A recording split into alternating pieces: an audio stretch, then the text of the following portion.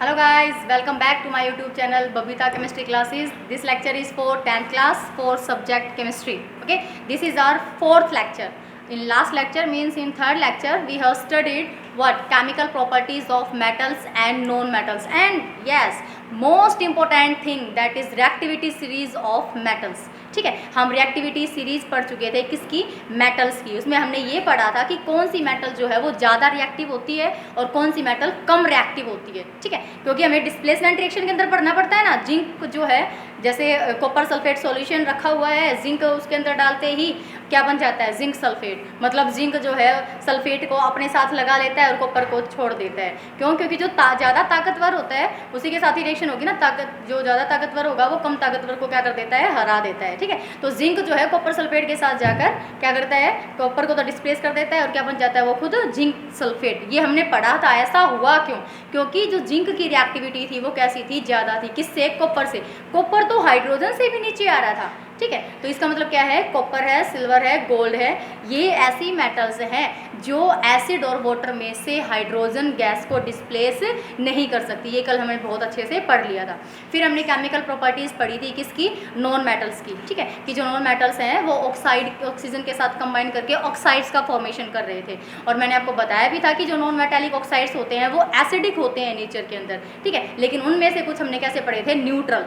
कैसे पढ़े थे, न्यूट्रल। ठीक है, मतलब नॉन मेटालिक ऑक्साइड जो थे वो एसिडिक नहीं थे, वो कैसे थे, न्यूट्रल थे। उसमें कार्बन मोनोऑक्साइड था, नाइट्रिक ऑक्साइड था, ठीक है, N2O था, और सल्फर वाला था कार्बन मोनोऑक्साइड। ठीक है, तो ये प्रेजेंट थे। अब हम पढ़ेंगे कि जो मेटल्स हैं और नॉन मेटल्स हैं वो रिएक्ट कैसे करते हैं, क्यों एक मेटल जो है वो नॉन मेटल के साथ रिएक्शन कर जाती है। अब इनके आपस में कम्बिनेशन देख लेते हैं। अभी तक तो हमने क्या देखा था कि मेटल्स जो है वो डिफरेंट केमिकल्स के साथ कैसे रिएक्शन कर रहा है, नॉन मेटल्स डिफरेंट केमिकल के साथ कैसे रिएक्शन कर रहा है। अब देखेंगे कि दोनों रिएक्शन करने पर क्या बनाएंगे। ठीक है, तो आपको पता होना चाहिए कि मेटल और नॉन मेटल जब दोनों आपस में कंबाइन करते हैं तो वहाँ से क्या बनता है बेटा, आयनिक बॉन्ड का फॉर्मेशन होता है और एक बहुत ही अच्छा कंपाउंड बनता है। ठीक है, और ये रिएक्ट कैसे करते हैं, बाय लॉसिंग और बाय गेनिंग ऑफ इलेक्ट्रॉन्स। ठीक है, इनको कोई इलेक्ट्रॉन, मेटल का क्या केस पढ़ा था स्टार्टिंग में, मैंने आपको बताया था लेक्चर में कि जो मेटल होती है उसका मेन जो रोल है, मेन जो उसकी इंपॉर्टेंस बोल सकते हो, उसका करेक्टर बोल सकते हो कि मेटल हमेशा इलेक्ट्रॉन का लॉस करती है। और कौन सा चार्ज कैरी कर लेती है बेटा, पॉजिटिव, मतलब forms cations. Okay, non metals हमेशा क्या करते हैं, इलेक्ट्रॉन का गेन करते हैं। गेन मतलब लेना। ठीक है, इलेक्ट्रॉन लेंगे तो उनके पर चार्ज कौन सा आ जाएगा, नेगेटिव आ जाएगा। ठीक है, और उनको क्या बोलेंगे फिर हम, एनाइन। ठीक है, तो इस तरीके से अब क्या ज़रूरत पड़ी है किसी को भी इलेक्ट्रॉन को छोड़ने की, इलेक्ट्रॉन को गेन करने की। क्यों हो रहा है ऐसा, क्योंकि कंपाउंड का फॉर्मेशन करना है। ठीक है, अब घर में चाहिए भैया NaCl चाहिए। ठीक है, और पता यही ना हो कि भैया NaCl बनेगा कैसे, कौन कौन से एलिमेंट से मिलकर बनेगा। ठीक है, तो आपको पता तो होना चाहिए कि भाई Na जो है और वो किसके साथ कंबाइन करेगा, Cl के साथ। अब क्यों कंबाइन करेगा, ठीक है, क्यों कंबाइन करेगा, कंबाइन तो इसलिए करना पड़ा ना क्योंकि हमें नमक चाहिए, कॉमन सोल्ट चाहिए, जो अपना टेबल सोल्ट है वो चाहिए हमें, NaCl, क्योंकि नमक का फॉर्मूला ही क्या है, NaCl है। ठीक है, जो सिंपल कॉमन सोल्ट जो होता है उसका फॉर्मूला क्या है, NaCl। तो Na जो है वो Cl के साथ कंबाइन किया, सुनिए आप, Na जो है वो Cl के साथ कंबाइन क्यों किया। ठीक है, और कैसे कंबाइन किया, हर एक एलिमेंट स्टेबल होना चाहता है। ठीक है, हर एक एलिमेंट क्या होना चाहता है, स्टेबल। अपनी डेली लाइफ से भी आप लगा लो कि हर एक कोई भी इंडिविजुअल पर्सन है वो स्टडी करता है। ठीक है, पहले कम स्टडी करता है, फिर उसके बाद वो बाहर स्टडी करता है, उसको डॉक्टर बनना है तो वो MBBS PMTs वगैरह, नीट्स वगैरह क्लियर करता है। इंजीनियरिंग में जाना है उसको तो वो IITs या IEEE के थ्रू जाता है। तो इसी प्रकार मतलब स्टेबिलिटी तो हर एक को चाहिए, हर एक इंसान को स्टेबिलिटी चाहिए। इसी प्रकार एलिमेंट्स को भी स्टेबिलिटी चाहिए। तो एलिमेंट्स की जो स्टेबिलिटी है वो कैसे मानी जाती है कि एलिमेंट अपने आप को स्टेबल कर सकता है। कब कर सकता है, इलेक्ट्रॉन को लॉस करके या इलेक्ट्रॉन को गेन करके या फिर इलेक्ट्रॉन को शेयर करके। ठीक है, अगर उसके पास इलेक्ट्रॉन ज़्यादा है तो उसको इलेक्ट्रॉन देना पड़ेगा, उसके पास इलेक्ट्रॉन कम है तो उसको इलेक्ट्रॉन लेना पड़ेगा। कितने से, मैजिक नंबर के अकॉर्डिंग, कि जो उसकी आउटर मोस्ट शेल होती है उसके अंदर 2, 8, 18 इस तरह मतलब से 8 इलेक्ट्रॉन्स के कंप्लीट होने चाहिए। ठीक है, आउटर मोस्ट शेल के अंदर, आउटर मोस्ट शेल मतलब इसको वैलेंस शेल भी बोल सकते हैं। ठीक है, जो वैलेंस शेल है उसके अंदर कितने इलेक्ट्रॉन्स कंप्लीट होने चाहिए, 8, मतलब उसका ऑक्टेट कंप्लीट होना चाहिए। ठीक है, कह दी ना एलिमेंट्स के लिए तो भैया ये कन्फर्म है, एलिमेंट है, कोई भी एलिमेंट है, चाहे वो कोई भी हो, ये वाला एलिमेंट है या कोई भी एलिमेंट है, इसके लिए स्पेसिफिक है कि अगर इसकी आउटर मोस्ट शेल में 8 इलेक्ट्रॉन है तो ये स्टेबल है, इसके अंदर अगर 8 इलेक्ट्रॉन है तो ये भी स्टेबल है, ठीक है। तो मतलब आउटर मोस्ट शेल में कितने इलेक्ट्रॉन चाहिए, इनको 8 इलेक्ट्रॉन चाहिए, उसी को क्या बोला जाता है, ऑक्टेट कंप्लीट करना, ठीक है। तो 8 इलेक्ट्रॉन पूरे करने, ये आपको पता भी है 9th क्लास में आपने सीखा था कि कैसे हम इलेक्ट्रॉन्स को फिल करते हैं किसी भी एटम के अंदर। न्यूक्लियस होता है, फिर शेल्स होती है, शेल के अंदर कौन घूमते हैं बेटा, इलेक्ट्रॉन्स घूमते हैं, ठीक है। और ऐसे ही नहीं कि भाई फर्स्ट शेल में कितने इलेक्ट्रॉन आ जाएंगे, आपको पता भी है किसके अकॉर्डिंग फिल किए जाते हैं, मैजिक नंबर, दैट इज 2, 8, 8, 18, 18, 32, इस तरीके से। क्लियर हो गई ये बात, ठीक है। तो अब सोडियम को क्लोरीन के साथ कंबाइन कैसे करवाओगे आप, सोडियम के पास टोटल वैलेंस इलेक्ट्रॉन कितने होते हैं, 1। हाँ, एक चीज़ और आप ध्यान रखेंगे, हमेशा बॉन्डिंग के अंदर, मतलब सोडियम और क्लोरीन के बीच में बॉन्ड बनाना है ना। सोडियम क्लोराइड अगर आप बनाओगे तो कैसे बनेगा, Na+Cl, यही तो सोडियम क्लोराइड है, ठीक है, यही तो NaCl है, यही तो कॉमन सोल्ट है, यही तो टेबल सोल्ट है, ठीक है, NaCl। तो इनके बीच में बॉन्डिंग हुई है, तो वो कैसे हुई है, वो कैसे होती है बेटा, बॉन्डिंग में कौन पार्टिसिपेट करते हैं, वैलेंस इलेक्ट्रॉन्स। कौन पार्टिसिपेट करते हैं, वैलेंस इलेक्ट्रॉन्स, ठीक है। वैलेंसी और वैलेंस इलेक्ट्रॉन्स में डिफरेंस है। क्लियर हो गई ये बात। वैलेंस इलेक्ट्रॉन्स क्या होते हैं, जो वैलेंस शेल में प्रेजेंट होते हैं। वैलेंस शेल कौन सी होती है, आउटर मोस्ट शेल, ठीक है। सबसे बाहर वाली शेल जो होती है उसके अंदर जितने भी इलेक्ट्रॉन्स प्रेजेंट होते हैं वो इलेक्ट्रॉन्स क्या कहलाते हैं बेटा, वैलेंस इलेक्ट्रॉन्स। और वो शेल कौन सी होगी, वैलेंस शेल होगी, ठीक है। तो वैलेंस शेल में कितने इलेक्ट्रॉन कंप्लीट होने चाहिए, 8 होने चाहिए। वो चाहे इलेक्ट्रॉन को छोड़कर करे, इलेक्ट्रॉन को लेकर करे, या इलेक्ट्रॉन को शेयर करके करे। टोटल कितने होने चाहिए, कितने होने चाहिए, 8 इलेक्ट्रॉन्स, ठीक है।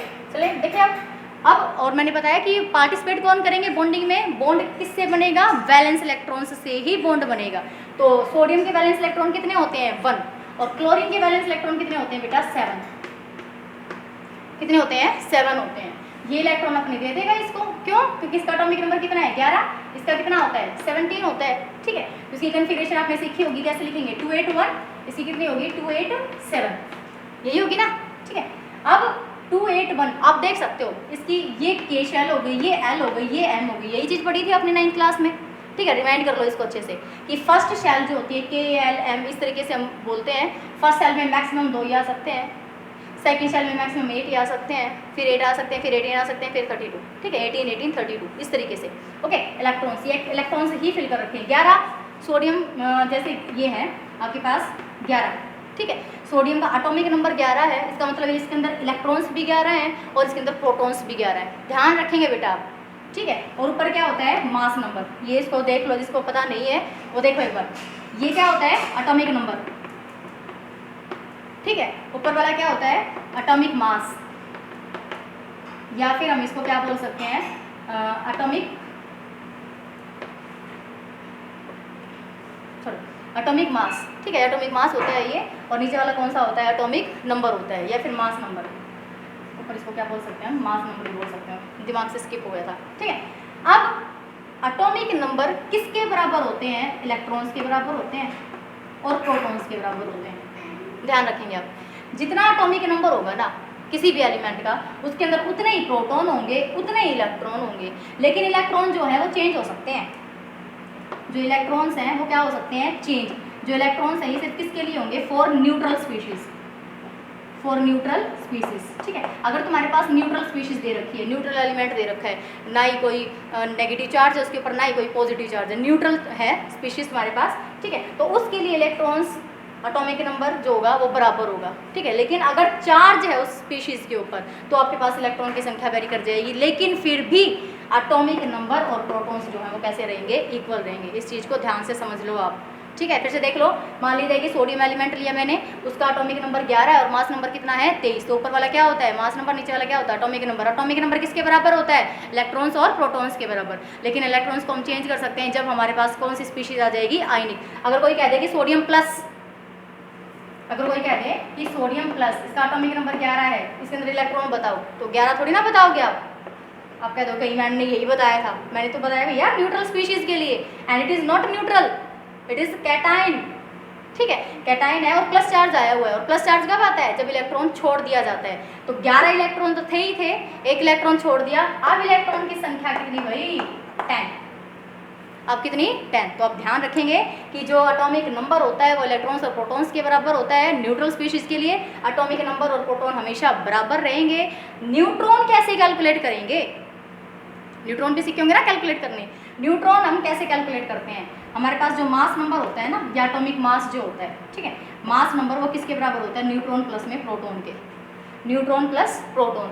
हमें प्रोटॉन पता होगा, मास नंबर पता होगा, न्यूट्रॉन नहीं कैलकुलेट कर सकते, बिल्कुल कैलकुलेट कर सकते हैं। 23 is equal to neutron plus 11, this implies n is equal to neutrons is equal to 23 minus में 11 इज इक्वल टू 12, ठीक है। तो न्यूट्रॉन्स कितने आ जाएंगे इसके अंदर, 12। तो जनरल था ये, पर तो मेटल्स नॉन मेटल्स की कॉम्बिनेशन रहे थे, लेकिन ये बेसिक मैंने बता दिया ताकि आपको पता हो ये, ठीक है, क्योंकि अगर मैं डायरेक्ट कॉम्बिनेशन करवा देती तो आप कंफ्यूज हो जाते।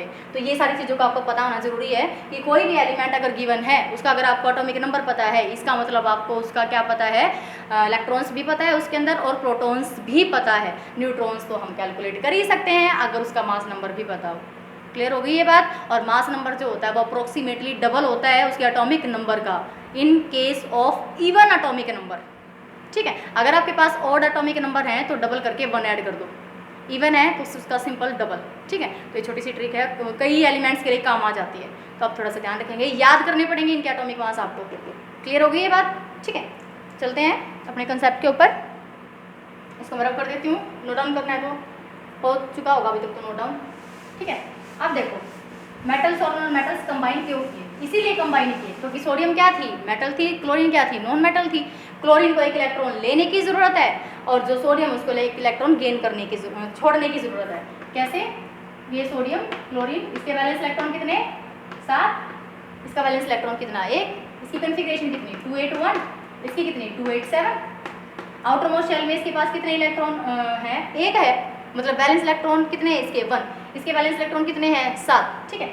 इसके वैलेंस शेल में 8 इलेक्ट्रॉन पूरे हो सकते हैं, कैसे, अगर इसको 1 इलेक्ट्रॉन मिल जाए, ठीक है, यही चीज़ है ना, अगर इसको कोई 1 इलेक्ट्रॉन दे दे तो इसका कितनी कॉन्फ़िगरेशन हो जाएगी 288 हो जाएगा ये, ठीक है। और सोडियम, अब देखो सोडियम कहीं आप कहो कि मैडम ये 7 इलेक्ट्रॉन गेन क्यों नहीं कर लेता, कोई भी एलिमेंट, एक चीज़ का आप ध्यान रखेंगे बहुत अच्छे से कि कोई भी एलिमेंट 3 से ज़्यादा ना ही तो इलेक्ट्रॉन गेन करता है और ना इलेक्ट्रॉन लॉस कर सकता है। 3 से ज़्यादा होते ही क्या हो जाएगी बेटा, शेयरिंग, ठीक है, शेयरिंग होनी स्टार्ट हो जाती है। तो यहाँ पर ये क्या करेगा कि अगर ये इलेक्ट्रॉन निकल जाए यहाँ से तो शेल भी खत्म हो गई, जब इलेक्ट्रॉन ही नहीं है तो शेल भी गायब हो गई अपने आप ही, ठीक है। तो अब इसकी आउटर मोस्ट शेल कौन सी रह गई, एल, और एल के अंदर कितने इलेक्ट्रॉन है 8 मतलब ऑक्टेट, कंप्लीट, स्टेबल, ठीक है। तो सोडियम क्या करेगा, अपना ये वाला इलेक्ट्रॉन किसको दे देगा, इसको दे देगा, उस पर चार्ज कौन सा आ जाएगा बेटा, नेगेटिव, इस पे चार्ज कौन सा आ जाएगा, पॉजिटिव, ठीक है। जिस पे चार्ज पॉजिटिव आएगा कैटाइन, जिस पे चार्ज नेगेटिव आएगा एनाइन, जिस पे चार्ज पॉजिटिव आएगा कैटाइन, जिस पे चार्ज नेगेटिव आएगा एनाइन, ठीक है। ये क्या बनेगा बेटा, कैटाइन। क्लियर हो गई बात। कैटाइन कब बनता है, आफ्टर लॉसिंग ऑफ इलेक्ट्रॉन। सीधी सी बात है भाई कि इलेक्ट्रॉन थे इसके अंदर 11 इलेक्ट्रॉन थे, तुम एक इलेक्ट्रॉन थे, इलेक्ट्रॉन पे नेगेटिव चार्ज होता है, बहुत ज़्यादा इलेक्ट्रॉन नेगेटिव है ये, ठीक है। अगर इसके अंदर एक पॉइंट भी इलेक्ट्रोनेगेटिविटी कम हो जाएगी तो इलेक्ट्रोपॉजिटिविटी तो बचेगी, ये चीज़ हुई ना, इलेक्ट्रोनेगेटिविटी इसने कम कर दी एक इलेक्ट्रॉन से, तो इसके अंदर इलेक्ट्रोपॉजिटिविटी ही बची थोड़ी बहुत, ठीक है। तो इसलिए इसके पास चार्ज कौन सा आएगा, पॉजिटिव, ओके। एक क्लोरीन का केस ले लो, इसके पास तो इलेक्ट्रॉन बहुत ज़्यादा थे, इसको और इलेक्ट्रॉन की ज़रूरत है, ठीक है। तो अपनी इलेक्ट्रोनेगेटिविटी ये बढ़ा ही जा रहा है, ठीक है। तो इसके पास चार्ज कौन सा आ जाएगा, नेगेटिव, नेगेटिव आ जाएगा, इसको क्या बोलेंगे एनाइंस, और इसको क्या बोलेंगे हम कैटाइन। जो इलेक्ट्रॉन लॉस करता है मेटल होती है, always carry positive charge, called cation.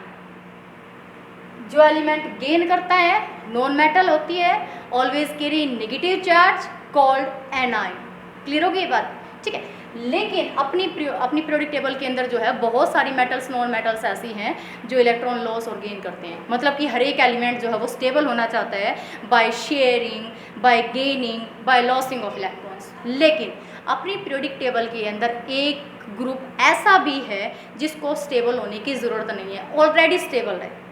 वो कैसा है, ऑलरेडी स्टेबल है, ठीक है। 18th ग्रुप, कौन सा बेटा, 18th ग्रुप। जो 18th ग्रुप है ये कैसा ग्रुप है, ठीक है, स्टेबल है, इनर्ट है, इनर्ट गैसेस। और 18th ग्रुप को एक नाम भी दिया जाता है, एक क्या 3 नाम है, इनर्ट गैसेस, रेयर गैसेस, ठीक है। और भी होता है भाई इसका नाम, और ये बोल सकते हैं गैसेस के नाम से ही जानी जाती है ये जो है इनर्ट गैसेस, ठीक है। इनर्ट गैसेस, इनर्ट का मतलब होता है अनरिएक्टिव, जो रिएक्ट करती ही नहीं है, इनको रिएक्ट करने की ज़रूरत नहीं है। क्यों ज़रूरत नहीं है, क्योंकि स्टेबल है। क्यों स्टेबल है भाई, अभी मैंने आपको बताया था कि जो एलिमेंट है वो अपने आप को स्टेबल कब मानेगा, जब उसकी आउटर मोस्ट शेल में कितने इलेक्ट्रॉन होंगे, कितने होंगे 8 इलेक्ट्रॉन, ठीक है, तो 8 इलेक्ट्रॉन कंप्लीट है इनके, आप करके देख सकते हैं। जैसे मैंने यहाँ पर ले लिया helium, neon, argon, krypton, xenon and radon. ठीक है, ये इसका एटॉमिक नंबर 2 है। ठीक है, इसका 10 होता है, इसका 18 होता है, इसका कितना हो जाएगा 8 और 8, ठीक है 36 हो जाएगा इसका। और फिर से आप 18 ऐड करेंगे, इसके अंदर 54 हो जाएगा। और इसके अंदर आपके पास 32 ऐड करने हैं, 686। ठीक है, ये इसका एटॉमिक नंबर है। ओके, अब इसकी कन्फिग्रेशन करो, इसका डुप्लेट कंप्लीट है। हाँ, एक चीज़ और बेटा, ऑक्टेट के साथ साथ मैं जो वर्ड आपको बार बार बोल रही हूँ, ये क्या है, ऑक्टेट। ठीक है, और एक आता है डुप्लेट, मतलब चाहे तो एलिमेंट की डुप्लेट कंप्लीट हो आउटर मोस्ट शेल में, या फिर उसकी ऑक्टेट कंप्लीट हो। ठीक है, दोनों चीज़ क्या होनी चाहिए, कंप्लीट। अगर ये कंप्लीट है तभी एलिमेंट क्या माना जाएगा, स्टेबल। ठीक है, ऑक्टेट से आप क्या समझते हो, 8 इलेक्ट्रॉन्स। ठीक है, और डुप्लेट से आप क्या समझते हो, 2 इलेक्ट्रॉन्स। क्लियर हो गई ये बात। ठीक है, ऑक्टेट और डुप्लेट उसकी क्या होनी चाहिए, कंप्लीट। ओके, कन्फिग्रेशन के बाद तो यहाँ पर हमने देखा कि जो हीलियम है उसकी फर्स्ट शेल में 2 इलेक्ट्रॉन है, कंप्लीट है उसकी वैलेंस शेल। ठीक है, डुप्लेट कंप्लीट है। नियोन 10 है, तो कैसे करोगे कन्फिग्रेशन, फर्स्ट शेल के अंदर कितने इलेक्ट्रॉन आएंगे, 2, और सेकंड शेल में कितने आएंगे, 8 आएंगे। ठीक है, तो 2 और 8, मतलब मैक्सिमम हमें फिल करते जाना है। मैक्सिमम फिल करने के बाद भी अगर इलेक्ट्रॉन्स बचते हैं तो फिर वो किस में जाएंगे, नेक्स्ट शेल के अंदर प्रमोट होंगे। क्लियर करना है इस बात को। ठीक है, ये कितना हो जाएगा। ठीक है, तो इसी तरीके से आप नेक्स्ट ये भी कर सकते हो। तो आप देख सकते हो कि हर एक जगह इनका जो ये है आउटर मोस्ट शेल के अंदर जो इलेक्ट्रॉन्स है वो कैसे हैं, कंप्लीट है। मतलब किसी का ऑक्टेट कंप्लीट है, किसी का डुप्लेट कंप्लीट है। डुप्लेट तो एक का ही कंप्लीट है, हीलियम का। ठीक है, बाकी सभी के तो ऑक्टेट ही कंप्लीट मिलेंगे। तो ये मॉलिक्यूल्स, ये जो एलिमेंट्स हैं कैसे हैं, स्टेबल हैं। लेकिन आपकी जानकारी के लिए मैं आपको एक बात बता दूं कि इनके अंदर भी एक्सेप्शन है। ओके, क्योंकि मैं स्टार्टिंग से ही बोलती आ रही हूँ, साइंस के अंदर हर एक जगह एक्सेप्शंस हैं। ठीक है, exceptions are always everywhere in science. ठीक है, एक्सेप्शंस के बिना साइंस आप अज्यूम ही नहीं कर सकते, क्योंकि इसमें बहुत सारे हाइपोथेसिस होते हैं, बहुत सारी अजम्पशंस होती हैं। पहले चीज़ को अज्यूम किया जाता है, फिर उसके ऊपर मतलब कि ट्रीटमेंट किया जाता है, उसका डिस्कवरी की जाती है। ठीक है, कि पहले माना जाता है कि हाँ ऐसी कोई चीज़ होगी, और फिर उसके अकॉर्डिंग उसके ऊपर मतलब कि रिसर्च करते रहते हैं। तो इसी प्रकार इनको भी हम क्या बोलते हैं, इनर्ट। इसका नाम आप लिख सकते हो, इनर्ट गैसेस। ठीक है, 18 ग्रुप में सारी की सारी गैसेस हैं, और वो भी कैसी हैं, इनर्ट हैं, अनरिएक्टिव हैं। ठीक है, जिनोन। ठीक है, जिनोन एक ऐसी गैस है जो कंबाइन कर जाती है।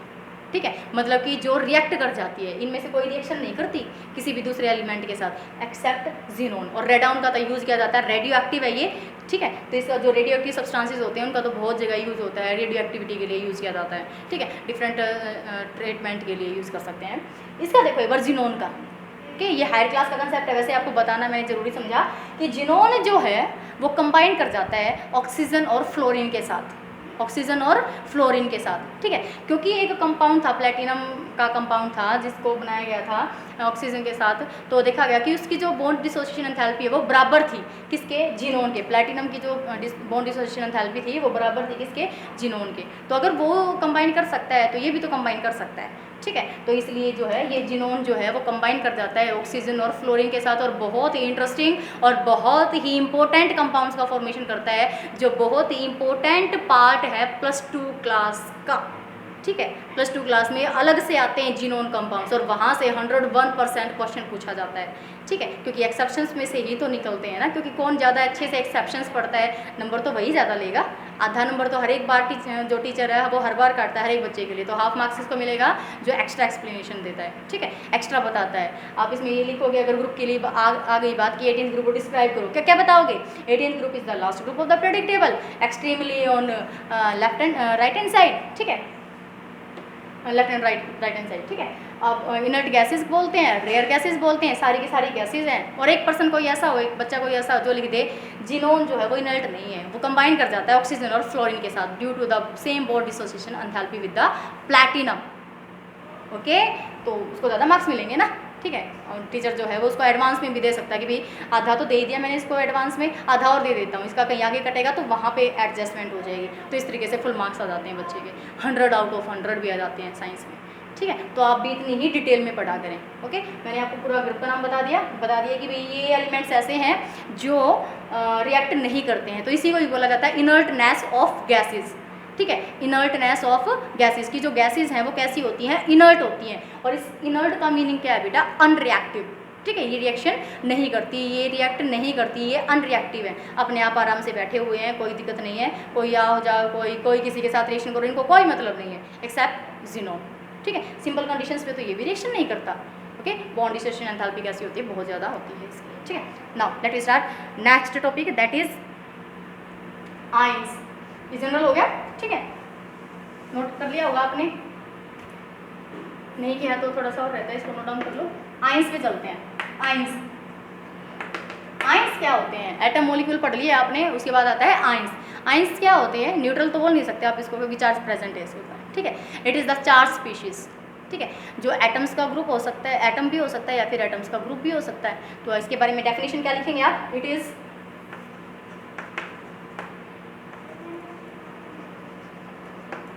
चार्ज एटम और ग्रुप ऑफ एटम्स। ठीक है, एग्जाम्पल में क्या लिखोगे, सोडियम प्लस आ जाए, मैग्नीशियम 2 प्लस आ जाए, Cl नेगेटिव आ जाए, O2 नेगेटिव आ जाए, कुछ भी। ठीक है, कितने टाइप्स का, 2 टाइप्स। कितने टाइप का होता है बेटा ये, 2 टाइप्स। फर्स्ट है कैटाइन। कैसे फॉर्म होगा कैटाइन, अभी मैंने बताया आपको, सारा डिस्क्राइब कर दिया था। कैटाइन कैसे बनता है बेटा, आफ्टर लॉस ऑफ इलेक्ट्रॉन। ठीक है, cations are formed by after loss of electron. ठीक है, and metals loss electron to form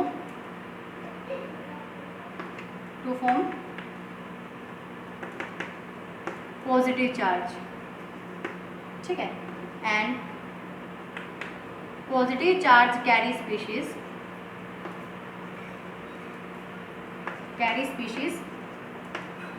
is called cation. ठीक है, कुछ भी लिख सकते हो, कितना ही भी डिटेल बना के लिख सकते हो। मैंने बहुत सारी चीज़ें बता दी कि कोई भी एलिमेंट जो है इलेक्ट्रॉन को लॉस करेगा, उसके ऊपर चार्ज पॉजिटिव आ जाएगा, और उसको क्या बोलेंगे हम, कैटाइन बोलेंगे। मेटल्स ही इलेक्ट्रॉन का लॉस करती हैं, तो मेटल के बारे में बता दिया यहाँ पर। ठीक है, कैटाइन पे चार्ज कौन सा आ जाएगा, पॉजिटिव चार्ज हो जाएगा। एक इलेक्ट्रॉन लॉस हुआ, uni positive charge. 2 electron loss होंगे, di positive charge. 3 electron loss होंगे, ट्राई पॉजिटिव चार्ज।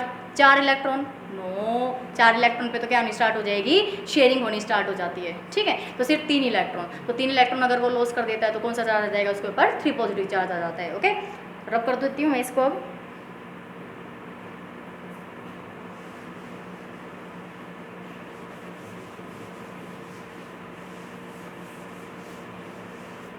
अब देखो कैटाइंस के एग्जाम्पल देखो, एग्जाम्पल देखेंगे कैटाइंस के। सोडियम। ठीक है, सोडियम अगर अपने में से एक इलेक्ट्रॉन को लॉस कर दे, क्या बन जाएगा, सोडियम प्लस बन जाएगा। ठीक है, इस चीज़ को आपको बहुत ध्यान से देखना है। सोडियम में से एक इलेक्ट्रॉन गया, बाहर निकल गया, चार्ज कौन सा आ गया, सोडियम प्लस आ गया। अब देखो इसकी कन्फिग्रेशन लिखो, एटॉमिक नंबर 11 ना। ठीक है, यहाँ भी एटॉमिक नंबर 11 ही रहेगा, लेकिन इलेक्ट्रॉन्स में देखना। कन्फिग्रेशन करो इसकी 2 8 1, ये कन्फिग्रेशन रहेगी इसकी 2 8 1। इसकी कन्फिग्रेशन क्या होगी 2 8। ओके, इलेक्ट्रॉन्स बताओ यहाँ पर कितने हैं, 11 हैं।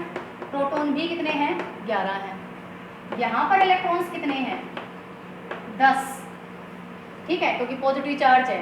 11 तो इलेक्ट्रॉन एटॉमिक नंबर था इसका, लेकिन एक इलेक्ट्रॉन इसने छोड़ दिया तो चार्ज कितना आ गया, पॉजिटिव आ गया। इलेक्ट्रॉन अब कितने रह गए, 10 रह गए। ठीक है, और प्रोटॉन्स कितने हैं, 11 ही, ध्यान रखेंगे आप। ठीक है, या फिर इसको एटॉमिक स्ट्रक्चर से मैं एक बार बना के दिखा देती हूँ, बाकी एलिमेंट्स के आप खुद बनाएंगे। जैसे क्या है सोडियम के लिए, तो ये न्यूक्लियस हो गया, ये फर्स्ट शेल, ये सेकंड शेल, और ये कौन सी हो जाएगी, थर्ड शेल। तो मैं पहले सोडियम का ही बनाती हूँ। यहाँ पर इसके अंदर क्या है, न्यूट्रॉन और प्रोटॉन है। ओके, फर्स्ट सेल के अंदर कितने इलेक्ट्रॉन है, 2।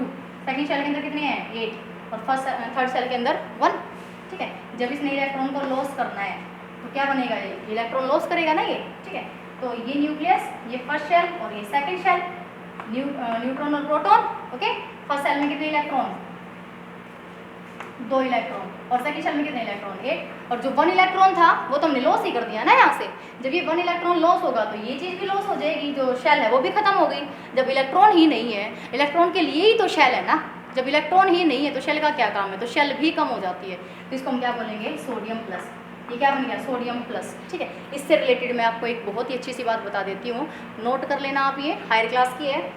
ये कहा जाता है कि जो कैटाइन होता है, कैटाइन का साइज अपने पेरेंट से छोटा होता है। कैटाइन का जो साइज़ है, जो कैटाइन बनता है किससे बनेगा, उसके पेरेंट से ही बना है, मतलब उसके एटम से ही बना है। ठीक है, कैटाइन जो होता है वो साइज में छोटा होता है अपने पेरेंट से, पेरेंट से मतलब जहाँ से वो बना है। तो मैं अगर सोडियम प्लस की बात करूँ तो सोडियम प्लस का जो साइज़ है वो छोटा बता रही हूँ मैं, किससे, सोडियम से। ठीक है, सोडियम से ही तो आया है, सोडियम आयन कहाँ से आया है, सोडियम से ही आएगा, उसका पेरेंट कौन है, सोडियम है। ठीक है, तो सोडियम का जो साइज़ था वो बड़ा था। और साइज़ को हम कैसे मेज़र करते हैं बेटा, साइज़ कैसे पता चलेगा, वैसे तो हमें एटम दिखाई नहीं देता, लेकिन माना गया है कि सोडियम जो एटम होता है उसका हम साइज़ कैसे मेज़र करते हैं, न्यूक्लियस के सेंटर से आउटर मोस्ट शेल का डिस्टेंस, उससे हम साइज़ मेज़र कर सकते हैं। न्यूक्लियस के सेंटर से आउटर मोस्ट शेल का डिस्टेंस, यहाँ से हमें क्या पता चल जाएगा, इसका साइज़ पता चल जाएगा। ठीक है, तो इसका साइज़ इतना हो गया। लेकिन अगर मैं इसके लिए कंफर्म करवाऊँ आपको तो आप देख सकते हो, दोनों का मेज़र कर लेना, ये इतनी है और ये डिस्टेंस इतना है। ठीक है, ये डिस्टेंस इतना है और ये डिस्टेंस इतना है। ठीक है, तो हो गया ना, ये पेरेंट था, इसका साइज़ बड़ा है और इसका साइज़ कैसा होता है, छोटा होता है। Cations are always smaller than their parent. अब बात ये आती है क्यों, ठीक है, ये तो आपको थोड़ा बहुत पता ही चल गया होगा ना, क्योंकि शेल ही खत्म हो चुकी है वहाँ पर। जब इलेक्ट्रॉन बाहर जाएगा तो वहाँ से शेल भी खत्म हो जाएगी बेटा। एक इलेक्ट्रॉन था, इलेक्ट्रॉन की वजह से शेल थी, इलेक्ट्रॉन निकल गया, शेल भी खत्म। ठीक है, शेल खत्म तो डिस्टेंस कम हो गया, और डिस्टेंस कम हो गया इसीलिए कहा जाता है कि जो कैटाइंस होते हैं वो ऑलवेज स्मॉलर देन दैट, किससे, पेरेंट से। ठीक है, लिख सकते हैं आप ये लाइन नोट करके।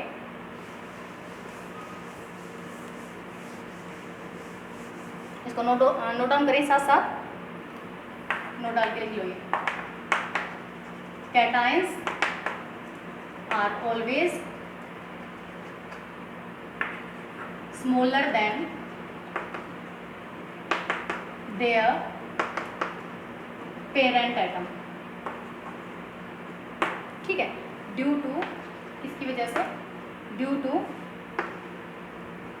लॉस ऑफ शेल, शेल ही खत्म हो जाती है। ठीक है, शेल का ही लॉस हो जाता है, तो शेल जब खत्म हो जाएगी तो वहाँ से क्या होगा, साइज तो ऑटोमेटिकली कैसा हो जाएगा, कम हो जाएगा। ठीक है, तो ये सारी चीज़ नोट करो, इसको नोट करो, बहुत ज़्यादा इंपॉर्टेंट है। कैटाइंस का कैसे बता दिया मैंने आपको, इसमें एग्जांपल देकर बता दिया सोडियम का।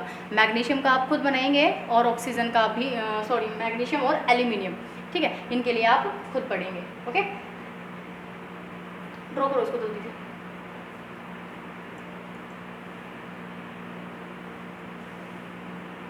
ये थे हमारे पास किसके बारे में, कैटाइंस। हाँ, होमवर्क के लिए आप क्या किसके लिए करके देखेंगे आप, मैग्नीशियम और एल्यूमिनियम के लिए। ठीक है, मैग्नीशियम का एटॉमिक नंबर 12, तो 282, कितने इलेक्ट्रॉन लॉस करने की जरूरत है, 2। अच्छा, एक चीज़ और, मैग्नीशियम मैं केस करवा देती हूँ आपको, 12 है, एटॉमिक नंबर कितना है, 28, सॉरी एटॉमिक नंबर कितना है, 12, कन्फिग्रेशन लिखेंगे 282। ठीक है, इसको 2 इलेक्ट्रॉन लॉस करने की ज़रूरत है, अगर 2 इलेक्ट्रॉन लॉस हो जाएंगे स्टेबल हो जाएगा ये। ठीक है, आप एक चीज़ ध्यान रखेंगे बेटा कि हर बार 1 इलेक्ट्रॉन लॉस होगा पहले।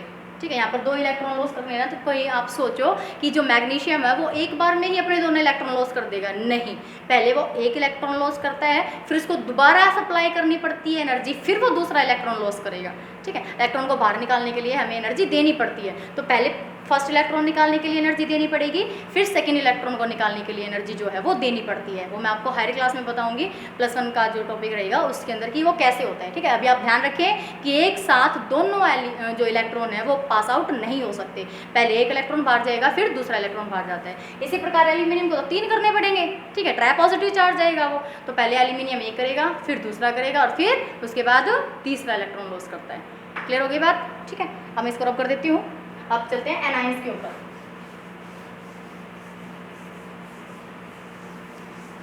एनाइंस, एनाइंस मतलब कि नेगेटिव चार्ज। ठीक है, एनाइंस, एनाइंस का फॉर्मेशन कैसे होगा,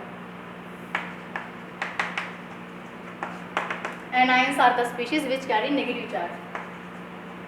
Are the species which carry negative charge and formed by, कैसे बनते हैं? Formed by after gaining of electron, ठीक है, and formed by after gaining of electron, electron को गेन करने के बाद बनते हैं ये, ठीक है। कौन करता है gain? Non metals, non metals करता है ना गेन। नॉन मेटल्स जो होती हैं वो इलेक्ट्रॉन को क्या करती हैं?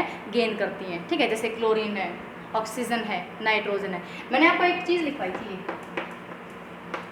आपको ध्यान हो तो किसी न किसी लेक्चर के अंदर तो जरूर बताया था मैंने आपको इनके बारे में। तीनों ही क्या है? Most electronegative elements of the periodic table, ठीक है। मोस्ट इलेक्ट्रोनेगेटिव एलिमेंट है। इलेक्ट्रोनेगेटिव एलिमेंट इलेक्ट्रॉन को एक्सेप्ट करने की टेंडेंसी रखते हैं बहुत ज़्यादा, ठीक है। Atomic number 9, atomic number 8, atomic number 7, ठीक है। तो एक एक करके पढ़ते हैं। मैं आपको बता देती हूँ फ्लोरीन के बारे में। एग्जाम्पल लिया जैसे फ्लोरीन, ठीक है। कैसे बनेगा ये? फ्लोरीन जो है अपने अंदर एक इलेक्ट्रॉन को ऐड करवाएगा, क्या बन जाएगा? F नेगेटिव, ठीक है। इसकी इलेक्ट्रॉन 9, और अब यहाँ पर इलेक्ट्रॉन एटॉमिक नंबर तो 9 होगा, कन्फिग्रेशन लिखेंगे 2 7, ठीक है। इसकी कन्फिग्रेशन क्या आ जाएगी? 2 8, क्योंकि 9 थे, एक इलेक्ट्रॉन और आ गया। इलेक्ट्रॉन देखो यहाँ पर, इलेक्ट्रॉन कितने होंगे? 9। प्रोटॉन भी कितने होंगे? 9 होंगे। यहाँ पर इलेक्ट्रॉन कितने होंगे बेटा? 10। और प्रोटॉन कितने होंगे? कंफ्यूज मत हो ना बेटा इस चीज़ में। देखो मैंने आपको बताया था एटॉमिक नंबर जो होता है वो प्रोटॉन के बराबर ही रहता है हमेशा। तो प्रोटॉन तो दोनों में इक्वल है, यहाँ भी प्रोटॉन 9 है और यहाँ भी प्रोटॉन 9 है। लेकिन इलेक्ट्रॉन्स में दिक्कत आ गई। क्यों आ गई? क्योंकि इलेक्ट्रॉन गेन कर लिया गया। पहले इलेक्ट्रॉन कितने थे? 9, अब इलेक्ट्रॉन ले लिया गया है, ठीक है। तो कितना आ गया उसके पास? 10 इलेक्ट्रॉन हो गए, ठीक है। तो मतलब कि 2 8। तो इसकी कन्फिग्रेशन अगर आप मैं इसको डायग्रामेटिकली बना के दिखाऊँ तो कैसे बनाएंगे? न्यूक्लियस, ये फर्स्ट शेल, ये second shell, neutron proton. First shell में कितने इलेक्ट्रॉन? 2, सेकेंड शेल में 7 इलेक्ट्रॉन। एक ये गेन करेगा और किसके अंदर कन्वर्ट हो जाएगा, ठीक है। न्यूट्रॉन प्रोटॉन 2, ठीक है। तो जो इसके अंदर कितने इलेक्ट्रॉन हो जाएंगे? 8 इलेक्ट्रॉन। ये किसका डायग्राम है? फ्लोरीन का है। ये किसका है? F नेगेटिव का है, ठीक है। नेगेटिव का मतलब एक इलेक्ट्रॉन जो है वो इसने गेन कर लिया है, ओके। तो ये किसके बारे में था? एनायंस के बारे में। आपके लिए होमवर्क है O2 नेगेटिव और N3 नेगेटिव, इनके लिए आपको स्टडी करना है, ठीक है। O2 नेगेटिव का मतलब क्या है? इसने 2 इलेक्ट्रॉन को गेन किया है। नाइट्रोजन 3 नेगेटिव का मतलब क्या है? इसने 3 इलेक्ट्रॉन को गेन किया है, ठीक है। और बहुत इंपॉर्टेंट कंपाउंड बनता है ये नाइट्रोजन जो है ना, वो टाइटेनियम के साथ बहुत इंपॉर्टेंट कंपाउंड बनाता है। आप ध्यान रखेंगे, टाइटेनियम नाइट्राइड, ठीक है। टाइटेनियम नाइट्राइड की जो चमक होती है वो गोल्डन जैसी होती है, ठीक है। गोल्डन और कॉपर को थोड़ा सा मिक्स कर दो तो अच्छी सी चमक आती है। इसीलिए इसका यूज़ किया जाता है सिल्वर या आयरन के जो ऑब्जेक्ट्स होते हैं उनको डेकोरेट करने के लिए, उनके ऊपर कोटिंग करने के लिए, क्योंकि अच्छी चमक है इसकी टाइटेनियम नाइट्राइड की, ठीक है। तो टाइटेनियम नाइट्राइड का फॉर्मूला क्या होता है? TiN, okay. और ये जब नाइट्रोजन जो है 3 नेगेटिव स्टेट में जब एग्जिस्ट करता है तब इसके साथ कंबाइन कर जाता है टाइटेनियम के साथ, ओके। तो किसका फॉर्मूला, किसमें यूज़ किया जाता है? ये डेकोरेटिव सब्सटेंस, मतलब डेकोरेट करने के लिए। किसको? स्टील या फिर आयरन के जो ऑब्जेक्ट्स होते हैं उनको डेकोरेट करने के लिए, क्योंकि इसकी चमक कैसी होती है? गोल्डन ब्राउन जैसी होती है, गोल्डन कॉपर जैसी होती है, ठीक है। क्लियर हो गई यहाँ तक ये बात? क्लियर हो गए एनाइंस? चलो नेक्स्ट चलते हैं।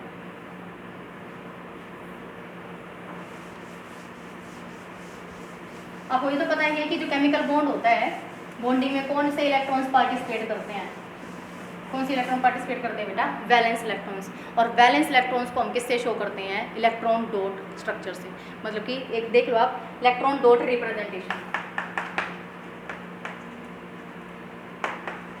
Electron dot representation. ये अलग टॉपिक बना के लिख लेना या फिर आप वैसे समझ लो इसको, इलेक्ट्रॉन डॉट रिप्रेजेंटेशन, ठीक है। इलेक्ट्रॉन डॉट रिप्रेजेंटेशन का मतलब क्या होता है कि कोई भी एलिमेंट जो है उसके वैलेंस इलेक्ट्रॉन्स को आपको डॉट से रिप्रेजेंट करना है। किससे करना है? डॉट से। फॉर एग्जांपल सोडियम के लिए अगर हम देखेंगे तो सोडियम के अंदर एक ही वैलेंस इलेक्ट्रॉन होता है, ठीक है। मैग्नीशियम के अंदर कितने वैलेंस इलेक्ट्रॉन होते हैं? वो होते हैं, कहीं भी दिखा दो आप, डॉट से दिखाने हैं, ठीक है। एल्यूमिनियम के लिए 11 12 13, ठीक है। एल्यूमिनियम के लिए कितने होते हैं वैलेंस इलेक्ट्रॉन? 3 होते हैं। क्लोरीन का केस देख लो, इसका एटॉमिक नंबर 17 होता है, ठीक है। तो क्लोरीन के वैलेंस इलेक्ट्रॉन कितने होते हैं? 7 होते हैं। ऑक्सीजन के लिए देख लो, ऑक्सीजन के वैलेंस इलेक्ट्रॉन कितने होते हैं? 6, ठीक है।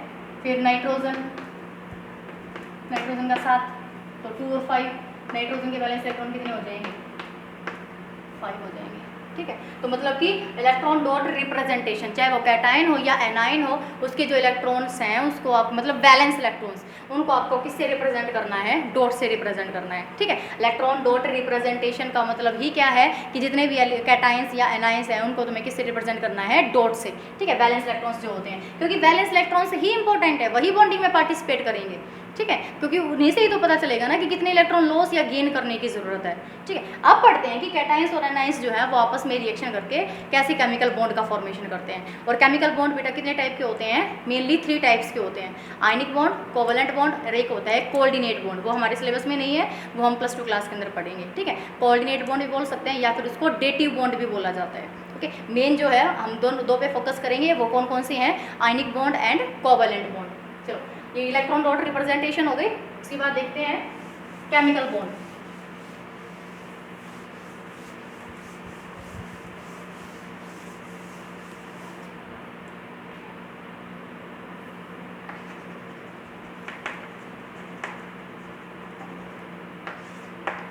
केमिकल बॉन्ड, तो केमिकल बॉन्ड को आप सिंपल क्या लिख सकते हो? The force of attraction which is present between the 2 elements.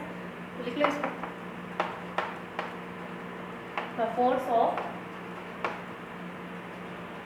attraction present between 2 atoms or ions, ठीक है। It is of 2 types main, ठीक है। हमारे सिलेबस के अकॉर्डिंग पढ़ेंगे 2 टाइप के। फर्स्ट है, ये शायद चौक आपको ना दिखे, इसी से लिख देती हूँ। फर्स्ट है ionic bond and second one is covalent bond, ठीक है। Ionic bond and covalent bond मतलब बॉन्ड तो बन रहा है, 2 स्पीशीज के बीच में बॉन्ड बनेगा, लेकिन एक कैसा होगा? आयनिक बॉन्ड होगा और एक कैसा होगा? कोवलेंट बॉन्ड होगा। आयनिक बॉन्ड कैसे बनेगा? जब एक एलिमेंट इलेक्ट्रॉन छोड़ देगा और दूसरा उसको गेन कर लेगा, ठीक है। लेकिन ये कैसे बनेगा बेटा? शेयरिंग से, ठीक है। कोई भी 2 एटम्स जो है वो आपस में शेयरिंग से बॉन्ड बना रहे हैं। किसी के पास इतने ज़्यादा इलेक्ट्रॉन नहीं है कि वो इलेक्ट्रॉन को क्या कर सके? गेन या लॉस कर सकें, ठीक है। तो इसमें देख लो आप, सबसे पहले हम लेकर चलेंगे आयनिक बॉन्ड को, ठीक है। Ionic bond, these are formed by the bond which is formed by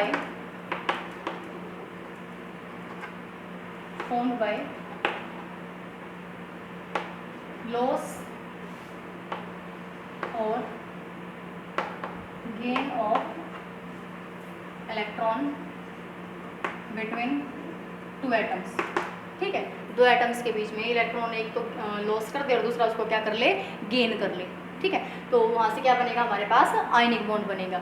example देखो, जैसे NaCl है, ठीक है। NaCl कंपाउंड है ना, ये आयनिक कंपाउंड है, ओके। आयनिक कंपाउंड मतलब कैसे बना होगा? आयंस से मिलकर बना होगा। आयंस होंगे यहाँ पर कैसे होंगे? एक तो सोडियम आयन होगा और एक कौन सा होगा? क्लोराइड आयन होगा। सोडियम आयन पे चार्ज कौन सा होगा? पॉजिटिव, और क्लोराइड आयन पे चार्ज कौन सा होगा? नेगेटिव होगा, ठीक है। तो वो देखो कैसे बना होगा कि सोडियम है 11, इसने इलेक्ट्रॉन क्या किया होगा? लॉस किया होगा। ये किस में कन्वर्ट हो गया होगा? सोडियम प्लस के अंदर, ठीक है। और जो क्लोरीन है, एटॉमिक नंबर 17 इसका, ठीक है, इसने इलेक्ट्रॉन गेन किया होगा और ये किस में कन्वर्ट हो गया? Cl नेगेटिव के अंदर, ठीक है। अब इसको इलेक्ट्रॉन डॉट रिप्रेजेंटेशन से, क्योंकि बॉन्डिंग हमें तो बॉन्ड सीखना है, यानी बॉन्ड बनाना है, तो बॉन्डिंग में कौन पार्टिसिपेट करेंगे? Valence electrons. कैसे? देखो, सोडियम है, सोडियम के वैलेंस इलेक्ट्रॉन कितने? 1, ठीक है। किसके साथ कंबाइन करवाना है हमें इसको? क्लोरीन के साथ। क्लोरीन के वैलेंस इलेक्ट्रॉन्स कितने बेटा? 7। और मैंने अभी बताया था इलेक्ट्रॉन डॉट रिप्रेजेंटेशन से कि जो वैलेंस इलेक्ट्रॉन्स होंगे उसको हम किससे डिनोट करेंगे या बताएंगे? डॉट से बताएंगे, ठीक है। अब क्या है? सोडियम के पास 281 कन्फिग्रेशन है और इसकी कन्फिग्रेशन कितनी है? 287। इसका मतलब इसको एक इलेक्ट्रॉन लॉस करने की ज़रूरत है, इसको एक इलेक्ट्रॉन चाहिए, तो ये एक इलेक्ट्रॉन अपना किसको दे देगा? ये इलेक्ट्रॉन किसको दे देगा, इसको दे देगा। ठीक है, तो ये क्या बन जाएगा, यहाँ पर ये क्या बन जाएगा, क्लोरीन है 2 इलेक्ट्रॉन, 4 इलेक्ट्रॉन, 6 इलेक्ट्रॉन, एक इसका खुद का था, एक और आ गया, किसने दे दिया, क्लोरीन ने, सोडियम ने दे दिया, तो इसके ऊपर चार्ज कौन सा आ गया बेटा, पॉजिटिव। ठीक है, लेकिन जब इसने इलेक्ट्रॉन इसको दिया तो इस पर चार्ज कौन सा आ जाएगा, इसके ऊपर नेगेटिव चार्ज आ गया, इसके ऊपर कौन सा चार्ज आ गया, पॉजिटिव, क्योंकि इसने इलेक्ट्रॉन छोड़ा और क्लोरीन ने इलेक्ट्रॉन को गेन किया है। ठीक है, तो यहाँ से क्या बन जाएगी तुम्हारे पास, Na positive bond Cl negative, या फिर Na ये बॉन्ड बन जाएगा। ठीक है, NaCl मतलब इनके बीच में जो बॉन्ड होगा ये कौन सा बॉन्ड होगा, आयनिक बॉन्ड। कौन सा बॉन्ड होगा, ये आयनिक बॉन्ड होगा। क्लियर हो गई बात कि भाई आयनिक बॉन्ड जो है वो कैसे बनेगा, after loss of electron and gain of electron. Loss किसने किया, सोडियम ने, क्लोरीन ने क्या किया, गेन किया, क्योंकि इसको जरूरत थी, इसको अपना ऑक्टेट पूरा करना था, ऑक्टेट तो इसको भी पूरा करना था, लेकिन ये 7 इलेक्ट्रॉन ले नहीं सकता था क्योंकि इसके लास्ट सेल में कितने इलेक्ट्रॉन थे, 1। तो इसने सोचा कि मैं इलेक्ट्रॉन जो है वो लॉस ही कर देता हूँ, तो थोड़ी सी एनर्जी देती है इलेक्ट्रॉन को, ये क्या कर देता है, लॉस कर देता है, ये उसको गेन कर लेता है फटाफट से, क्योंकि इसका 1 इलेक्ट्रॉन लेते हैं, इसको कितने इलेक्ट्रॉन की जो इसकी जो कंप्लीट है ऑक्टेट कितनी हो जाएगी, 8 इलेक्ट्रॉन इसके जो है वो पूरे हो जाएंगे, तो 2 8 8 कंप्लीट हो जाएगा इसका। ठीक है, और यहाँ से क्या बन जाएगा, आयनिक बॉन्ड। ओके, इसको आप नोट डाउन करिए जल्दी से।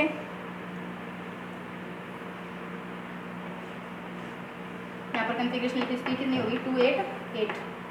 ठीक है, और इसकी कितनी है, 2 8 1। ओके, चलो नेक्स्ट चलते हैं, एक और करवा देती हूँ मैं मैग्नीशियम क्लोराइड का, बाकी आपको करना है। ठीक है,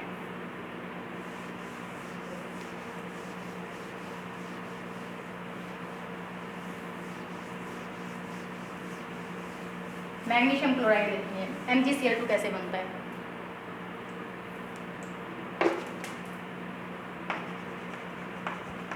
MgCl, तो इसे तो ये तो कंफर्म है ही कि एक मैग्नीशियम होगा और क्लोरीन कितने होंगे, 2 होंगे। ठीक है, तो मैग्नीशियम 12 2 8 2।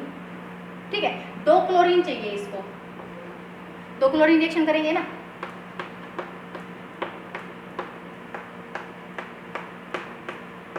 सात वैलेंस इलेक्ट्रॉन इसके हो गए, 7 वैलेंस इलेक्ट्रॉन इसके हो गए, और जो मैग्नीशियम है उसके वैलेंस इलेक्ट्रॉन कितने होंगे, 2 होंगे। ठीक है, मैं चॉकलेट लिखूँ। ओके, अब मैग्नीशियम क्या है, इसका 282 है ना, और क्लोरीन का तो आप जानते हैं 287 होता है, इसको भी 1 इलेक्ट्रॉन की जरूरत है, इसको भी 1 इलेक्ट्रॉन की जरूरत है, इसको 2 इलेक्ट्रॉन लॉस करने की जरूरत है, तो जो मैग्नीशियम है 1 इलेक्ट्रॉन इसको दे देगी, 1 इलेक्ट्रॉन इसको दे देगी। ठीक है, ये तो क्या बन जाएगा,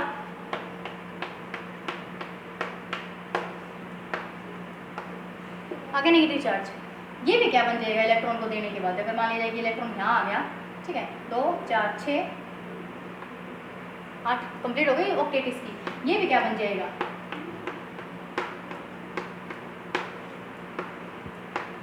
ठीक है, और Mg पे कितना चार्ज आ जाएगा बेटा, 2+। ओके, तो इधर क्या बना ये Mg2+, वो किसके साथ कंबाइन कर गया, Cl नेगेटिव, तो इनके बीच में क्या आ गया, बॉन्ड आ गया, क्या बन गया ये MgCl2।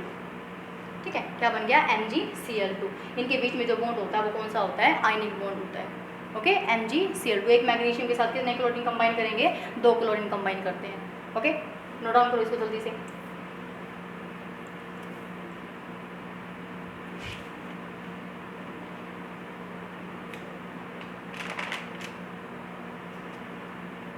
एक NCERT क्वेश्चन है बेटा, draw electron dot structure of sodium oxide. ठीक है, सोडियम ऑक्साइड की आपको इलेक्ट्रॉन डॉट स्ट्रक्चर ड्रॉ करनी है। पहले आप इसको प्रैक्टिस करके देखेंगे, अगर आपसे क्लियर हो जाती है तो ठीक है, अदरवाइज आप कमेंट बॉक्स में पूछ सकते हैं कि इसकी स्ट्रक्चर कैसे बनेगी, फिर मैं आपको बता दूंगी। ठीक है, दोबारा से आपको रिवाइज करवा दूंगी कि जो सोडियम ऑक्साइड है उसकी स्ट्रक्चर कैसे बनेगी। सेम वही केस है, सोडियम 2 होंगे, यहाँ पर ऑक्सीजन 1 होगा। ठीक है, सोडियम के पास 1 1 वैलेंस इलेक्ट्रॉन है और ऑक्सीजन के पास 6 वैलेंस इलेक्ट्रॉन है। ऑक्सीजन को 2 इलेक्ट्रॉन की ज़रूरत है, तो दोनों सोडियम से ये ले लेगा, दोनों सोडियम जो है अपने 1 1 इलेक्ट्रॉन इसको दे देंगे। सोडियम पे चार्ज कितना आ जाएगा, प्लस, ऑक्सीजन पे कितना आ जाएगा, 2- आ जाएगा। ठीक है, और इलेक्ट्रॉन डॉट स्ट्रक्चर जो है कंप्लीट हो जाएगी। NCERT है, मोस्ट इंपॉर्टेंट है। ठीक है, NCERT के क्वेश्चंस बोर्ड में जरूर आते हैं बेटा, उसमें CBSE में। ठीक है, हो गए नोट डाउन, नेक्स्ट चलते हैं।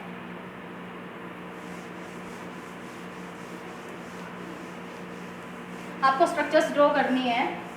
किस किस की, मैंने किसकी करवा दी, MgCl2 की करवा दी, ठीक है। आयनिक कंपाउंड में आपको बनाना है MgO बनाना है, AlCl3 बनाना है, ठीक है। इनको आप कंप्लीट करेंगे, ओके। और एक सोडियम ऑक्साइड तीन आयनिक कंपाउंड्स, ये आपके लिए होमवर्क है। अब देखेंगे covalent bond.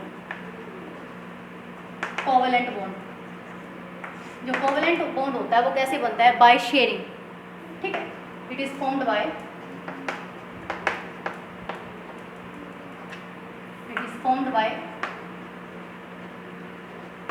Sharing of electrons between two और मोर एलिमेंट्स, ठीक है। उनके बीच में क्या होती है, शेयरिंग होती है, शेयरिंग से बनेगा ये, ठीक है। तो शेयरिंग 1 इलेक्ट्रॉन की हो सकती है, 2 इलेक्ट्रॉन की हो सकती है, और जो है 3 इलेक्ट्रॉन की भी हो सकती है, 4 इलेक्ट्रॉन की भी हो सकती है। 4 इलेक्ट्रॉन की तो वो शेयरिंग करेगा ही करेगा, ओके। और केमिकल बॉन्ड जो होते हैं वो हमने पढ़ लिए थे, मैंने बता दिए थे आपको केमिकल बॉन्ड कैसे फॉर्म होगा। चाहे तो वो इलेक्ट्रॉन को लॉस करेगा या गेन करेगा, या फिर क्या करता है, शेयरिंग करता है। इलेक्ट्रॉन लॉस और गेन करने से कौन सा बॉन्ड आ गया था, आयनिक बॉन्ड। और शेयरिंग से कौन सा बॉन्ड आएगा बेटा, कोवेलेंट बॉन्ड आता है, ठीक है। इलेक्ट्रॉन जो है वो क्या किए जाते हैं, आपस में शेयर किए जाते हैं, ओके। तो ये 3 टाइप का होता है जो कोवेलेंट बॉन्ड होते हैं। कितने टाइप के होते हैं, 3 टाइप्स, ठीक है। कौन कौन से, फर्स्ट है सिंगल बॉन्ड, अगर एटम एटम के बीच में सिंगल बॉन्ड आ जाए। सेकंड है डबल बॉन्ड, डबल बॉन्ड आ जाए, मैं आपको कंपाउंड्स करवाऊंगी। और थर्ड है ट्रिपल बॉन्ड, ठीक है, अगर एलिमेंट्स के बीच में ट्रिपल बॉन्ड आ जाए। क्लियर। अब देखते हैं सिंगल बॉन्ड के एग्जांपल।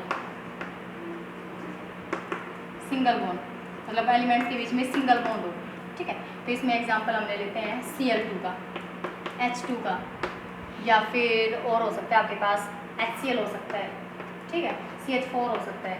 एलिमेंट्स के बीच में सिंगल सिंगल बॉन्ड हो, CCl4 हो सकती है, ओके, NH3 हो सकता है। तो इसमें कौन सी करवाऊँ मैं आपको, पहले देखो क्लोरीन के बारे में ही देखो, क्लोरीन के बारे में, ठीक है। बॉन्ड बनाना है आपको, तो बॉन्ड में तो फिर से वही बात कि कौन से इलेक्ट्रॉन्स पार्टिसिपेट करेंगे, वैलेंस इलेक्ट्रॉन्स। तो 2 क्लोरीन है यहाँ पर, तो क्लोरीन लेना पड़ेगा हमें। क्लोरीन के वैलेंस इलेक्ट्रॉन्स कितने, 7। दूसरे क्लोरीन, उसके वैलेंस इलेक्ट्रॉन भी कितने, 7, ठीक है।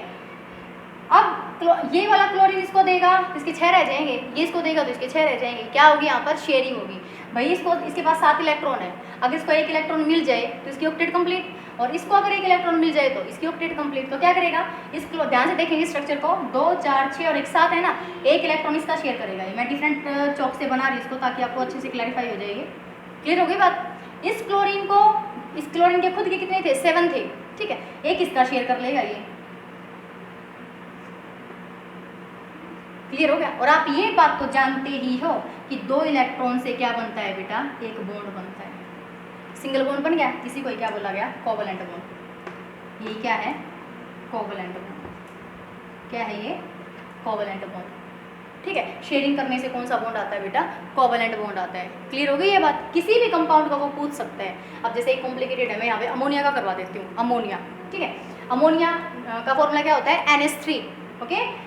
NH3 में नाइट्रोजन सेंट्रल होगा, एक है उसका एटम, और हाइड्रोजन के कितने हैं, 3 है, तो चारों तरफ इसके साथ हाइड्रोजन लगा दो आप, कोई दिक्कत नहीं है, ठीक है। अब इनके वैलेंस इलेक्ट्रॉन्स, जो नाइट्रोजन है इसके वैलेंस इलेक्ट्रॉन्स कितने होते हैं, 5। आप काउंट करके देख सकते हैं। बार बार आपको ये पता होना चाहिए बेटा कि इसके वैलेंस इलेक्ट्रॉन कितने आएंगे, वो आपको कैसे पता चलेगा, कन्फिग्रेशन से, ठीक है। अब देखो मैं एक के लिए तो बता ही देती हूँ आपको, नाइट्रोजन के बता देती हूँ कैसे आए हैं। नाइट्रोजन का एटॉमिक नंबर 7, ठीक है। इसकी कन्फिग्रेशन करेंगे 2 and 5, K शेल के अंदर 2 इलेक्ट्रॉन, L शेल के अंदर 5 इलेक्ट्रॉन। तो L शेल तो आउटर मोस्ट होगी, सबसे बाहर वाली, मतलब वैलेंस शेल होगी। तो वैलेंस शेल में जितने भी इलेक्ट्रॉन्स होते हैं वही क्या कहलाते हैं, वैलेंस इलेक्ट्रॉन्स। और इलेक्ट्रॉन्स को हम किससे रिप्रेजेंट करेंगे, डॉट से। तो 2 3 4 5 कंप्लीट हो गए। और हाइड्रोजन के जो वैलेंस इलेक्ट्रॉन्स होंगे उसको मैं किससे दिखाऊँ, उसके कितने होते हैं, 1 होता है हाइड्रोजन का, तो ठीक है, होगी बात कंप्लीट ये। तो हाइड्रोजन की तो वही डुप्लेट ही कंप्लीट होगी। क्या कंप्लीट होगी, डुप्लेट। डुप्लेट मतलब वो 2 इलेक्ट्रॉन ही ले सकता है। तो हाइड्रोजन के पास एक है खुद का, एक इसका शेयर कर जाएगा ये, ठीक है। ये इलेक्ट्रॉन भी इसका शेयर कर लेगा, ओके। और ये इलेक्ट्रॉन भी शेयर हो जाएगा।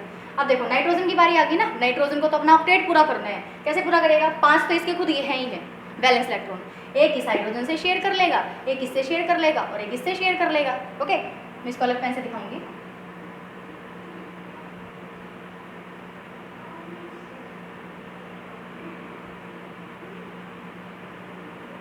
हो गया कंबाइन, ठीक है। अब आपको दिख रहे हैं 2 इलेक्ट्रॉन, 2 इलेक्ट्रॉन से एक बॉन्ड बन गया, 2 इलेक्ट्रॉन से एक बॉन्ड, 2 इलेक्ट्रॉन से एक बन गए, सिंगल सिंगल बॉन्ड आए ना। 2 एटम्स के बीच में क्या होना चाहिए बेटा? सिंगल बॉन्ड, तभी यहाँ पर क्या नाम दिया गया है? सिंगल बॉन्ड, ठीक है। कोवेलेंट बॉन्ड कितने टाइप के? 3 टाइप के, सिंगल बॉन्ड, डबल बॉन्ड और ट्रिपल बॉन्ड। सिंगल बॉन्ड का मतलब क्या है कि 2 एटम्स के बीच में एक ही बॉन्ड होना चाहिए। आप देखो कि डबल बॉन्ड भी हो सकता है, बिल्कुल हो सकता है, अभी बताऊंगी मैं आपको, ठीक है। पहले इस पे ध्यान देंगे आप, 2 इलेक्ट्रॉन से एक बॉन्ड, 2 इलेक्ट्रॉन से एक बॉन्ड, 2 इलेक्ट्रॉन से एक बॉन्ड। यहाँ पर मैं आपको बहुत इंपॉर्टेंट चीज़ बताने वाली हूँ, इसलिए मैंने अमोनिया उठाया है, कॉम्पिटिशन के लिए इंपॉर्टेंट है ये। यहाँ पर अगर आपसे कोई पूछ ले कि बॉन्ड पेयर कितने हैं, बॉन्ड पेयर, ठीक है, इसके नाम से कुछ डिफाइन नहीं लग रहा आपको? बॉन्ड पेयर, बॉन्ड पेयर का मतलब क्या है कि बॉन्ड कितने बन रहे हैं, कितने बॉन्ड बन रहे हैं भैया? एक बॉन्ड बन रहा है, 2 बॉन्ड बन रहे हैं, 3 बॉन्ड बन रहे हैं, तो बॉन्ड पेयर कितने हो गए बेटा? 3। कितने हो गए? 3। बॉन्ड पेयर के बाद भी एक चीज और भी आती है, लोन पेयर। ये आपको इस क्लास में कोई नहीं बताएगा, 10th क्लास में, ठीक है। लोन पेयर, पेयर मतलब जोड़ा, किसका? इलेक्ट्रॉन्स का, ठीक है। ऐसे इलेक्ट्रॉन्स जो बॉन्डिंग में पार्टिसिपेट नहीं करते उनको हम क्या बोलते हैं? Lone pair. क्या आपको इस पूरे मॉलिक्यूल में ऐसे इलेक्ट्रॉन्स दिख रहे हैं जिन्होंने बॉन्ड नहीं बना रखा लेकिन वो खाली पड़े हुए हैं? बिल्कुल हैं। कौन से हैं? अब कोई चौक भी नहीं है दूसरा, चलो इसी से, वो ये इलेक्ट्रॉन्स दिख रहे हैं ना, नाइट्रोजन के ऊपर 2 इलेक्ट्रॉन, ये बॉन्डिंग में पार्टिसिपेट नहीं कर रहे हैं ना, ठीक है, लेकिन एज इट इज एलिमेंट के ऊपर पड़े हुए हैं, इनको हम क्या बोलेंगे? Lone pair. क्या बोलेंगे? लोन पेयर, ठीक है। पेयर तो जोड़ा ही होता है ना 2 इलेक्ट्रॉन्स का, तो लोन पेयर कितने हैं बेटा? 1। इसको नोट डाल के आप लिख लेना, ओके। स्ट्रक्चर अच्छे से ड्रॉ करेंगे, फिर आप देखेंगे बॉन्ड पेयर कितने हैं? 3 है, और लोन पेयर कितना है? 1 है। वो कैसे पता चला? लोन पेयर क्या होते हैं? जो बॉन्डिंग में पार्टिसिपेट नहीं करते और वो एलिमेंट के ऊपर एज इट इज पड़े होते हैं। क्लियर हो गई ये बात? ठीक है, तो वो क्या होते हैं? लोन पेयर होते हैं, ओके। तो यहाँ पर कितना लोन पेयर है? 1 लोन पेयर है। और बॉन्ड पेयर जो बॉन्ड बना लेते हैं, जो बॉन्ड बनाने में बिजी हो जाते हैं, वो क्या कहलाते हैं? Bond pair. तो बॉन्ड पेयर कितने दिख रहे हैं आपको? 3 दिख रहे हैं, तो बॉन्ड पेयर कितने हो गए? 3, और लोन पेयर कितना है? 1 है। और अमोनिया जो होती है वो गैस होती है, ठीक है। तो आपके लिए होमवर्क है कि आप किसका H2, HCl, CH4 और CCl4 का जो डायग्राम है वो आप बनाएं। तब तक आप इसको नोट कीजिए जल्दी से।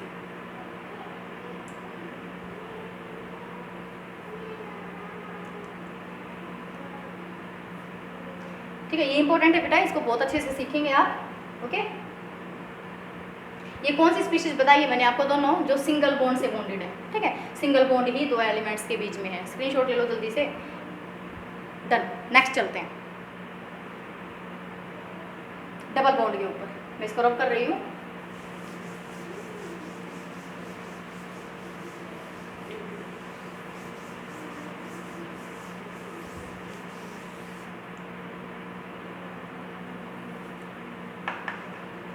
Double bond, double bond, double bond का मतलब क्या है? एटम्स के बीच में क्या प्रेजेंट होगा? डबल बॉन्ड, ठीक है। Atoms having double bond between them, ठीक है। इसके एग्जाम्पल कौन कौन से हो जाएंगे? O2, ठीक है, CO2 भी हो जाएगा, CO2। O2 जो है, इनमें ऑक्सीजन और ऑक्सीजन के बीच में क्या आएगा? डबल बॉन्ड आएगा। चलो भाई, इलेक्ट्रॉन डॉट स्ट्रक्चर बनाते हैं इनकी। ऑक्सीजन का करवाती हूँ मैं पहले आपको। O2 2 एटम्स है, ऑक्सीजन के एक एटम ये है और एक एटम ये है, ठीक है। ऑक्सीजन के बैलेंस इलेक्ट्रॉन्स 6, 2 4 6। इस ऑक्सीजन के भी कितने हैं? 6, ठीक है। अब इसके पास 6 इलेक्ट्रॉन है, इलेक्ट्रॉन्स कितने हैं? 6। इसके पास भी कितने इलेक्ट्रॉन है? 6। इसको 2 इलेक्ट्रॉन मिल जाए, इसका ऑक्टेट पूरा। इसको 2 इलेक्ट्रॉन मिल जाए, इसका ऑक्टेट पूरा। लेकिन कंडीशन क्या है? दे नहीं सकते ये, ठीक है, क्योंकि दोनों ही ऑक्सीजन है, नॉन मेटल है। क्या करेंगे? शेयर करते हैं, ठीक है। इसके 2 इलेक्ट्रॉन्स हैं, इसके 6 इलेक्ट्रॉन है, ये इसके दोनों इलेक्ट्रॉन के साथ क्या कर जाएगा? शेयरिंग। ये कर ली। इस ऑक्सीजन के भी 6 थे, उसने इसके दोनों के साथ क्या कर ली? शेयरिंग कर ली, ठीक है। अब आप देखेंगे 1 इलेक्ट्रॉन 1 इलेक्ट्रॉन, 2 इलेक्ट्रॉन से बॉन्ड बना दूँ यहाँ पर, कोई दिक्कत नहीं है। मैं डिफरेंट पेन से दिखा देती हूँ, चौक से ये दिखा दिया मैंने। ठीक है, 2 इलेक्ट्रॉन से बॉन्ड आ गया, डबल बॉन्ड। एटम्स के बीच में क्या आ गया, डबल बॉन्ड आ गया। ठीक है, अब इनके जो इलेक्ट्रॉन्स हैं वो कितने हो गए, 8 हो गए। ठीक है, इसकी भी ऑक्टेट कंप्लीट हो गई, इसकी भी ऑक्टेट कंप्लीट हो गई। लेकिन ये जो बॉन्ड बने हैं ये कौन से बॉन्ड है, कोवलेंट।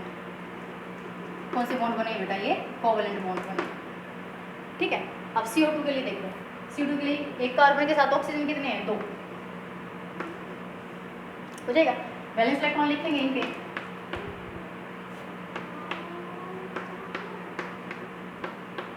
ठीक है। कार्बन के वैलेंस इलेक्ट्रॉन देखो, कार्बन के लिए अभी तक हमने क्या नहीं है, कार्बन के लिए 6 होते हैं, एटॉमिक नंबर 6 होता है, इसका कॉन्फ़िगरेशन क्या होगी 2 और 4, तो वैलेंस इलेक्ट्रॉन कितने होंगे, 4। ठीक है, तो मैंने कार्बन के वैलेंस इलेक्ट्रॉन्स को व्हाइट चौक से दिखाया है। ठीक है, अब ऑक्सीजन अपना डुप्लेट पूरा करेगा। ओके, इस ऑक्सीजन से लेकर चलते हैं, तो सॉरी ऑक्टेट पूरा करेगा। तो ऑक्टेट पूरा करने के लिए ये इलेक्ट्रॉन इसने यहाँ से शेयर किए कार्बन के, ये ऑक्सीजन वैसे ही शेयर करेगा, कर लिए। ठीक है, लेकिन कार्बन के खुद ये कितने थे, 4, इसको कितने इलेक्ट्रॉन की और जरूरत है, 4, तो 2 इसके शेयर करेगा और 2 इसके शेयर करेगा कार्बन। इसको मैं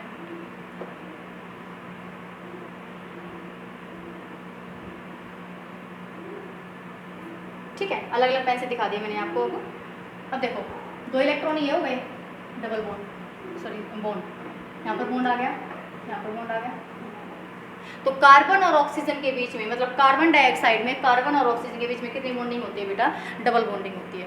कितनी होती है, डबल बॉन्डिंग होती है, इसलिए इसको क्या बोला गया है, डबल बॉन्डिंग बोला गया है। ठीक है, नेक्स्ट आता है फिर ट्रिपल बॉन्ड के लिए।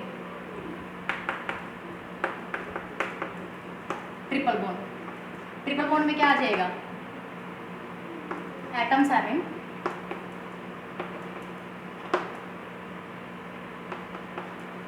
Triple bond between that.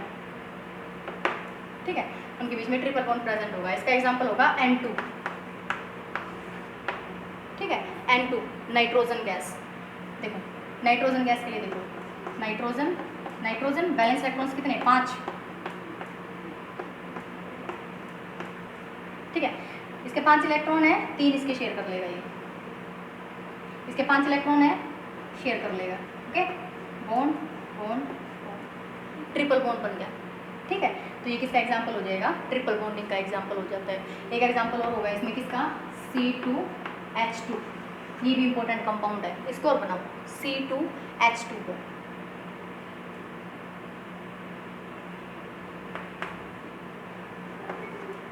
ठीक है, इसके 4 वैलेंस इलेक्ट्रॉन होंगे, इसके 4, और हाइड्रोजन वाले इलेक्ट्रॉन्स को मैं सिंगल से दिखा देती हूँ। ठीक है, अब देखो हाइड्रोजन की पहले डुप्लेट पूरी करवाओ, ये कंप्लीट हो गई। नाइट्रोजन की इसकी भी पूरी डुप्लेट करवाओ, ये कंप्लीट हो गई। कार्बन के टोटल कितने, इस कार्बन के लिए कितने हैं, 3 और 1 4 है ना, एक इसका मिल जाएगा 5 और 3 इसके शेयर करेगा ये। इसको मैं डिफरेंट चौक से दिखाऊंगी।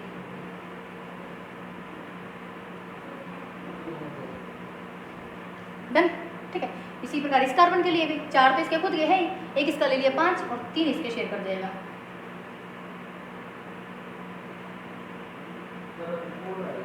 ठीक है, अब क्या होगा, ये बॉन्ड हो गया।